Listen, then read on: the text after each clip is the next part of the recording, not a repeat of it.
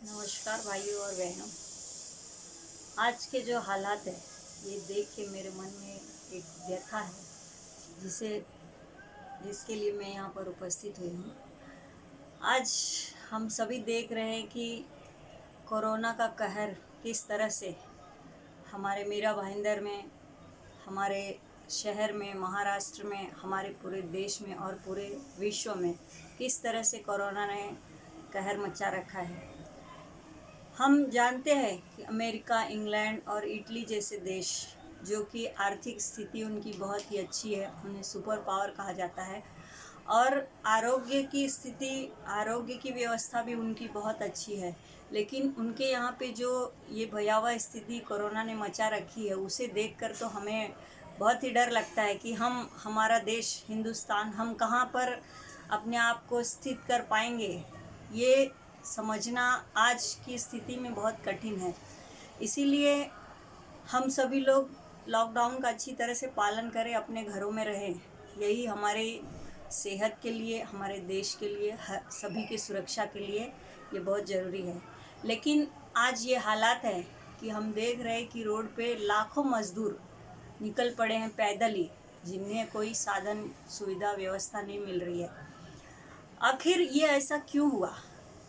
जब तक एक लॉकडाउन हुआ, मज़दूर काफ़ी अच्छी तरह से अपने अपने घरों में, अपने अपने जगहों पे जहाँ जो रह रहा था वहाँ पे थे और गवर्नमेंट उनकी व्यवस्था भी कर रही थी। दूसरा लॉकडाउन शुरू हुआ, उसमें भी गवर्नमेंट हर तरह से गरीबों के लिए खाना पहुँचाना, सेंटर चालू करना, हर व्यवस्था महाराष्ट्र सरकार कर रही थी। हमारे मीरा भाईंदर में भी हमारे आयुक्त महानगर पालिका के, हमारे कार्य सम्राट विधायक रोज़ाना 30,000 लोगों को खाना पहुंचाते थे।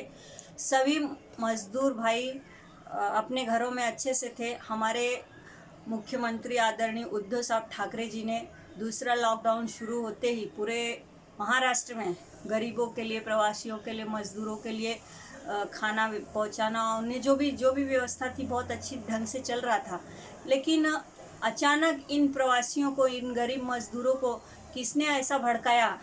कुछ नेता हमारे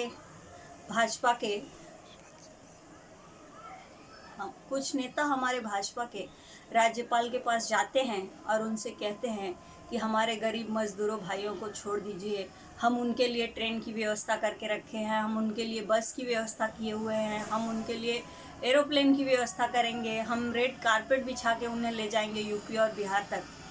तो आखिर जब इस उत्साहने के बाद जब प्रवासी मज़दूर, गरीब जनता जब रोड पर निकल गई, तो आज कहाँ है उनकी ट्रेनें, कहाँ है उनकी बस, क्या व्यवस्था है, कहाँ है एरोप्लेन, क्यों नहीं उन्हें लिया जा रहा है? अभी लाखों मज़दूर रोडों पे चलते हुए जा रहे हैं, छोटे छोटे नन्हे मुन्ने बच्चों के साथ देखकर बहुत तकलीफ़ होता है।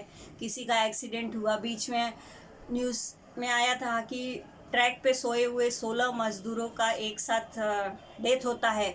ये बहुत ही दुखद घटना है।